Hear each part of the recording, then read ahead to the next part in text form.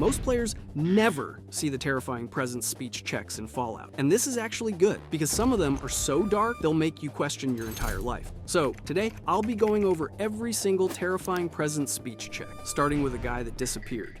Ranger Milo. You stumble into Nelson after clearing out Legion slavers, expecting a handshake from the NCR. Instead, Ranger Milo acts like you just interrupted his lunch break. Here's the thing about Milo. He's that annoying middle manager who takes credit for your work while simultaneously questioning your methods. You've just rescued his boys from crucifixion, turned Caesar's pet project into a ghost town, and this guy still has the audacity to lecture you about protocol. The terrifying presence option lets you remind him exactly who did the heavy lifting here. You lean in, drop a threat so cold it could freeze the Mojave, and suddenly Milo remembers he has urgent business elsewhere. He'll literally sprint away from you, and if you're feeling spicy, you can open fire on his retreating back with very small loss to your NCR reputation. This is your first taste of what terrifying presence really does. It turns dialogue into a weapon, letting you skip straight to violence while everyone else is still trying to negotiate. Making one ranger run is cute, but can you do it to an entire military base? Turns out you can, and the game rewards you for it.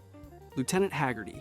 You walk into Helios 1 expecting a warm welcome for helping with their solar power problem. Lieutenant Haggerty greets you like you just tracked mud across her carpet. This woman runs security at what's essentially a giant space laser disguised as a power plant, and she acts like the NCR owns the place despite squatting in a building they barely understand. The moment you show up, she's already sizing you up like you're another wasteland vagrant looking for handouts. Here's where terrifying presence turns a routine checkpoint into psychological warfare. You look her dead in the eyes and tell her you'll carve a knife from her bones, skin her, and wear her as a coat, not "I might hurt you" or "back off." You describe in disturbing detail exactly how you'll turn her into arts and crafts supplies. Her troops hear this. Her troops process this. Her troops watch their commanding officer's face go pale as she realizes you're not making empty threats. You're explaining the recipe. The entire camp turns hostile immediately. But here's the beautiful part. You get the first shot because they're all frozen in terror for about 5 seconds.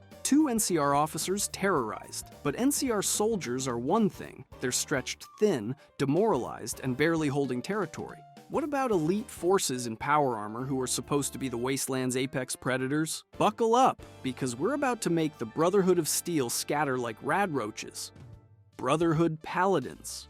You're investigating who's been stalking the followers of the apocalypse when you find Brotherhood Paladins playing spy games. They're not happy about being discovered. The Brotherhood of Steel is supposed to be the wasteland's technological elite, trained soldiers in the most advanced armor pre-war science could produce, armed with weapons that turn regular people into red mist. These specific paladins are on a Black Ops mission tracking a former member, and they take their operational security seriously. When you confront them, their first instinct is to intimidate you into backing off because that's what normally works. People see T-45 power armor and think, I should leave. Terrifying presence flips that script so hard it gives them whiplash. You respond to their threats with something so unhinged that these veteran soldiers in indestructible armor decide discretion is the better part of valor. They scatter like radroaches when you turn on a light, which is absolutely bonkers considering their equipment advantage. The Brotherhood's entire identity revolves around being superior to Wastelanders through technology and training. You just made their elite forces retreat using Stone Age tactics, psychological warfare, and they hate you for it. Soldiers in power armor ran away from you using nothing but words. That's 3 military encounters, 3 victories, and 0 bullets fired. But here's where the experiment gets interesting. Can you out-intimidate the people who specialize in intimidation? The Mojave's most feared killers? The people who've built their entire reputation on making others afraid? Let's find out by threatening the most theatrical mass murderer in the wasteland. Caesar himself.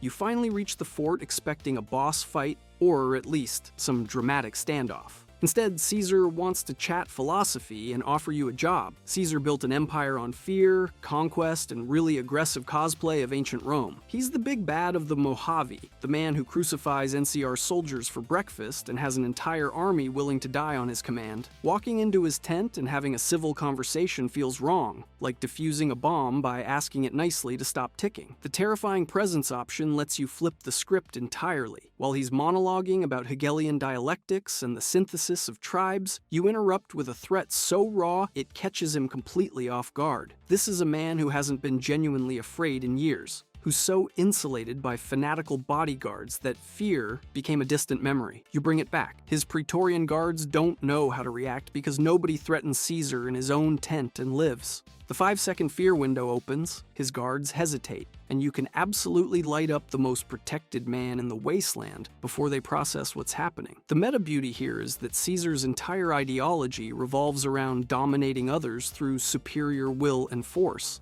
You just dominated him, using nothing but words and audacity. It doesn't matter if you die 30 seconds later under a pile of machetes. You made Caesar flinch, and that's something his own followers never managed. Caesar, the Brotherhood, Vulpes, you've broken the wasteland's most feared factions. But there's one category even harder to terrorize. Criminals who survive specifically by being unterrifiable. Street enforcers who've seen every threat, survived every fight, and lived in Freeside where death is a Tuesday afternoon activity. Can you scare people who've already seen the worst humanity has to offer? Let's find out by collecting a debt the hard way. Grex in Freeside. You collect debt for Francine Garrett, and the last guy on your list is Grex. He's exactly the kind of person who makes collections dangerous. Grex is a Freeside thug, which means he's survived in the most concentrated pocket of desperation, violence, and poverty in the Mojave. He's not some pampered merchant or soldier with backup. He's a street-level survivor who's seen everything. When you show up demanding payment, his natural response is to consider whether stabbing you is easier than paying. Most players either pay his debt themselves to avoid violence or just fight him. Because debt collectors don't typically inspire sympathy, Terrifying Presence lets you out-thug the thug. You get in his face and make it abundantly clear that whatever he's survived on these streets pales in comparison to what you'll do if he doesn't pay up right now. Grex takes one look at your eyes, realizes you're not bluffing, and hands over the caps without a fight. Grex was street muscle, dangerous but straightforward. Now let's terrorize someone who hides their violence behind a smile. Time to ruin a con man's entire operation with pure fear. Greasy Johnny. You're investigating a missing person for the Garrett family when you track the suspect to Greasy Johnny. He's trying very hard to act innocent. Johnny runs a sketchy operation near North Vegas, the kind of place where questions about missing people get deflected with nervous laughter and sudden memory loss. He knows exactly what happened to the person you're looking for, but admitting it opens him up to consequences he'd rather avoid. The usual approach is either paying him off or passing a regular speech check to extract information. Terrifying Presence throws all that negotiation out the window. You make it crystal clear that cooperation isn't optional, and whatever protection he thinks he has won't matter when you're done with him. Johnny's self-preservation instincts override his criminal code immediately. He talks, he gives you everything, and then he runs like his life depends on it, because in that moment, it absolutely does. The metatextual beauty is that Johnny makes his living exploiting desperate people in a desperate city. You just became the most desperate thing in his vicinity, and suddenly, exploitation doesn't seem like such a solid business model. 2 street criminals down. Now let's scale it up. Can you terrify an entire gang at once? Vulpes in Colta. You arrive in Nipton expecting a town. You find a lottery where the grand prize is being allowed to crawl away on broken legs. Vulpes in Kulta is waiting for you like a teacher who caught you skipping class, except this teacher just orchestrated a massacre for pedagogical purposes. He's calm, collected, and disturbingly articulate about why he burned an entire settlement alive. Most players either shoot him on sight or let him walk because killing him has consequences. Terrifying Presence gives you a third option that's arguably more satisfying than both. You tell Vulpes you're going to make him wear his own head the same way he wears that dog on his scalp. This is a man who just committed genocide as a casual Tuesday activity, and suddenly he's the one who looks shaken. The genius part is that this option actually reduces your Legion infamy compared to just shooting him. Apparently, threatening a Frumentarius so viciously that he runs away screaming is less offensive to Caesar than simple murder. The Legion respects the hustle when you out-intimidate their intimidation specialist. This moment crystallizes why players love this perk, despite its limited uses. Any build can shoot Vulpes. Only a speech build can make him feel what his victims felt: pure, irrational terror before turning him into a red smear. You just made Caesar's top operative run away screaming. But Vulpes is a soldier, ultimately. He still answers to someone. What if you threaten the man who answers to nobody? What if you walk into Caesar's own military compound and make the most powerful man in the Mojave flinch? That's not just intimidation. That's ideological warfare. Benny at the tops. You finally track down the rat who shot you in the head and stole your delivery. He's acting like your old friend's catching up. Benny is peak New Vegas, a charmer, a schemer, a guy who'd sell his own mother for a shot at Mr. House's throne. He shot you, buried you, and moved on with his life like it was another Tuesday. Now you're in his casino, surrounded by his bodyguards, and he's trying to smooth talk his way out of consequences like he always does. Every fiber of his being believes he can negotiate this. That's when you hit him with Terrifying Presence and watch his ring-a-ding worldview shatter. Whatever you say, it's so viscerally threatening that his guards, the chairman, professional killers who are literally paid to protect him, freeze up. They don't draw weapons, they don't posture. They just stand there processing the fact that someone just promised to do unspeakable things to their boss in the middle of his own casino. Benny's face goes from, "Hey baby," to, "Oh god, I'm gonna die." The 5-second window lets you absolutely demolish him before his security can save him. It's poetic justice. He ambushed you when you couldn't fight back. Now you're ambushing him with words while his muscle is too terrified to intervene. But if you think club owners have it rough, wait until you see what happens when you threaten someone whose entire job is managing dangerous people. Jean-Baptiste Cutting. You walk into the Silver Rush with Cass, knowing full well the Van Graffs want her dead. Jean-Baptiste is standing there with barely concealed murder in his eyes. The Silver Rush operates on a simple principle. You touch their merchandise, you die. You threaten their business, you die. You exist in a way that inconveniences them, you probably die. Jean-Baptiste Cutting is their head of security, which means he's the guy who turns those deaths from hypothetical to actual. Bringing Cass here is supposed to trigger an ambush where the Van Graffs eliminate a business rival and you either help or stay out of the way. Terrifying Presence lets you inject yourself directly into their murder plot with maximum aggression. You tell Jean-Baptiste what you'll do to him if anything happens to Cass, and you sell it so convincingly that this professional killer decides maybe murdering your companion isn't worth whatever you just described. It doesn't save Cass permanently. The Van Graffs are persistent, but it buys time, and more importantly, it asserts dominance in a location specifically designed to make you feel powerless. The Van Graffs spend the entire game acting like they're untouchable because they have energy weapons and money. You just made their security chief blink using nothing but a scary voice and conviction. The Van Graffs control one building, but what happens when you need to clear out an entire gang that's taken over government property? Chavez's crew.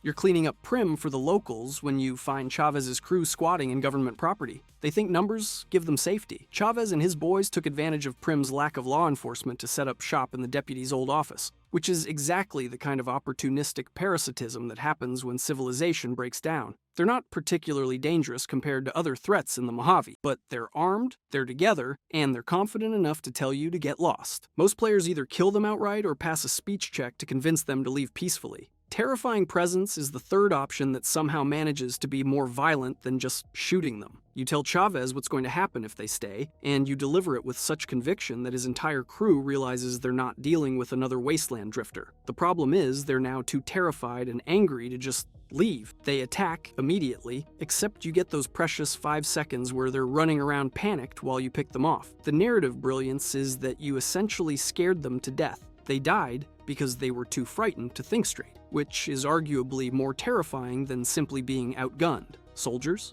Check. Feared killers? Check. Street criminals? Check. But there's still one type of encounter we haven't covered, the pointless ones. The checks so easy or so worthless that using Terrifying Presence feels like overkill. Let me show you the two most underwhelming intimidation checks in the game, starting with the one that's literally easier than just asking nicely.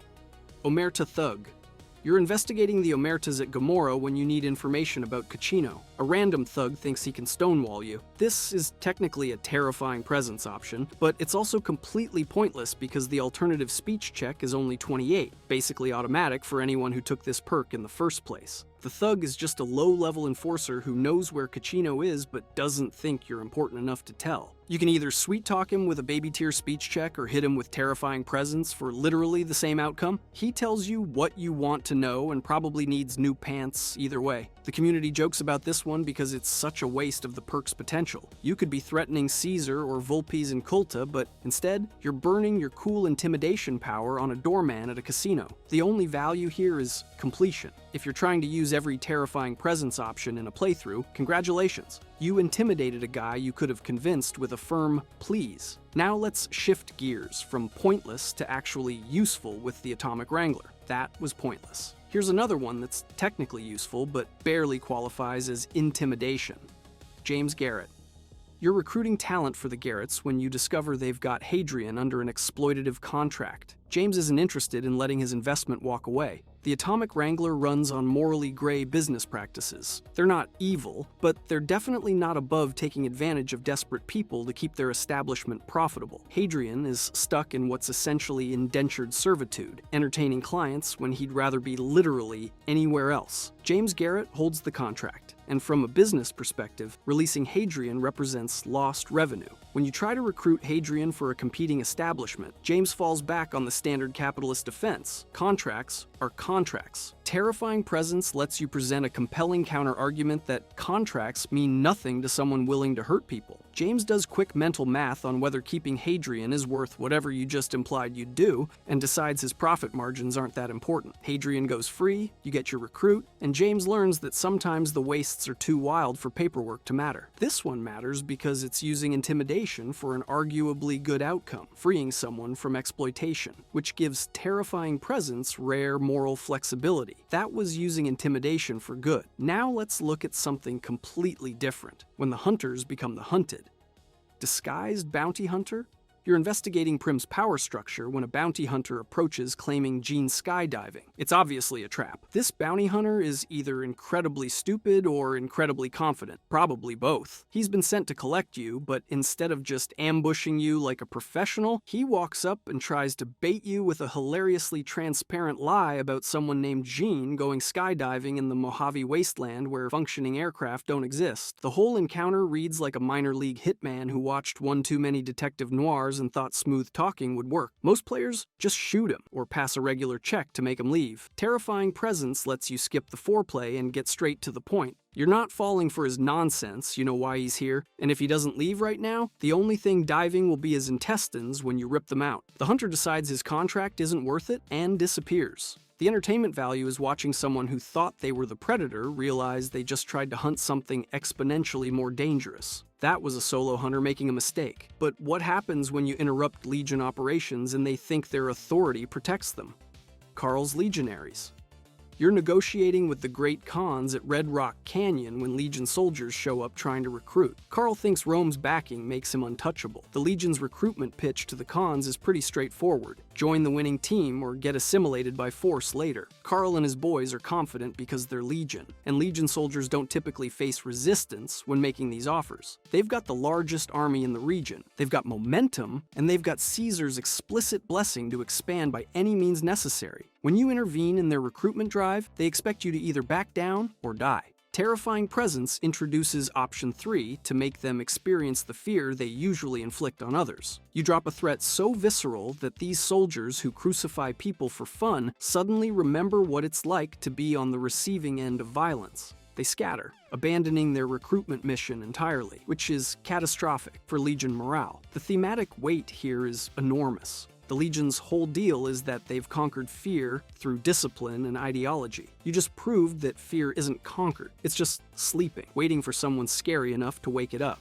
Speaking of waking things up, let's discuss what happens when Legion assassins come hunting you a second time. Making Legion recruiters flee is satisfying, but the real test comes when Caesar sends his death squad specifically for you. Legion Pursuit Squad. You've pissed off Caesar enough that he sent kill squads after you. The second group thinks they'll succeed where the first failed. Legion assassins are supposed to be the elite, soldiers trained specifically to hunt down and eliminate high-value targets that regular troops can't handle. They ambush you in the wasteland with numerical advantage and the element of surprise, confident that this time they've got you. They've seen your reputation, they've heard the stories, and they've decided those stories are exaggerated. Terrifying Presence lets you demonstrate exactly how wrong they are. You respond to their ambush with a declaration so violent it would make Mars himself pause, not while there are still spines left unshattered, or something equally unhinged. These professional killers, trained to suppress fear and execute their targets regardless of danger, just freeze. For 5 seconds, they're not thinking about Caesar or honor or duty. They're thinking about survival. The mechanical beauty is obvious. You just turned an ambush against you into an ambush you're executing. But the narrative satisfaction is deeper. Caesar sent his best, and you made his best wish they'd called in sick today. Now if you think terrorizing killers is good, wait until you see what happens when you threaten to commit biological warfare against your own faction. Private Crenshaw. You're investigating sabotage at Camp McCarran when you discover it's just a prank war between soldiers. Crenshaw is the instigator. Military life breeds pranks. It's a psychological release valve for people living under constant stress in a war zone. Crenshaw took it too far, though, and his jokes are causing operational problems for the NCR's most important base in the region. When you confront him about it, he's defensive because, in his mind, it's just harmless fun. Terrifying Presence lets you explain, in disturbing detail, exactly how harmless you're about to be. You tell him you'll pollute the ventilation system with his rotting corpse, which is both creative and deeply disturbing considering you're threatening to commit biological terrorism against your own side. Crenshaw's face does this beautiful journey from, "It's just a prank, bro," to, "Oh god, this person is serious," to, "I need to leave right now." He runs, the prank war ends, and everyone at McCarran learns that there's one person on base you absolutely do not mess with. The dark comedy here is that you solved a discipline problem by being way more terrifying than any sergeant or commanding officer. The NCR can't decide if they should thank you or assign you to a psychiatric evaluation. But if threatening low-level soldiers seems petty, let's talk about the most useless, terrifying presence check in the entire game. Legion Assailants.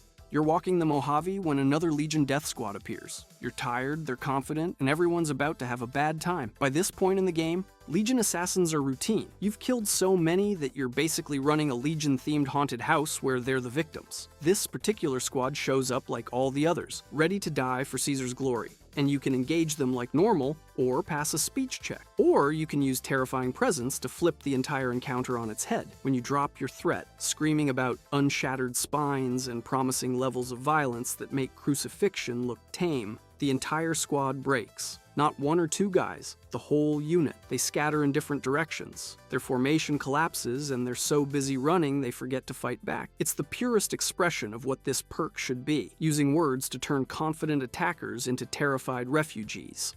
The legacy of Terrifying Presence isn't in optimal builds or speedrun strategies. It's in moments like this, where a speech-focused character gets to feel like an action hero without firing a shot, where personality becomes deadlier than any gun. New Vegas gave us 17 chances to be the scariest thing in the Mojave, and that's 17 more chances than most RPGs ever offer. If you enjoyed this video and want to see Fallout 4's biggest mysteries explained, click the video on the screen.